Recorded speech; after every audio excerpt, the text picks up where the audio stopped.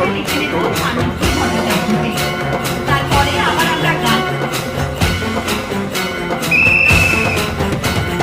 घालिल टांगण वंदिन चरण डोळ्यान पाहिन रूप तुझे प्रेमे अलंगिन आनंदे पूजन भावे वाळीन म्हणे नामा त्वमेव माता पिता त्वमेव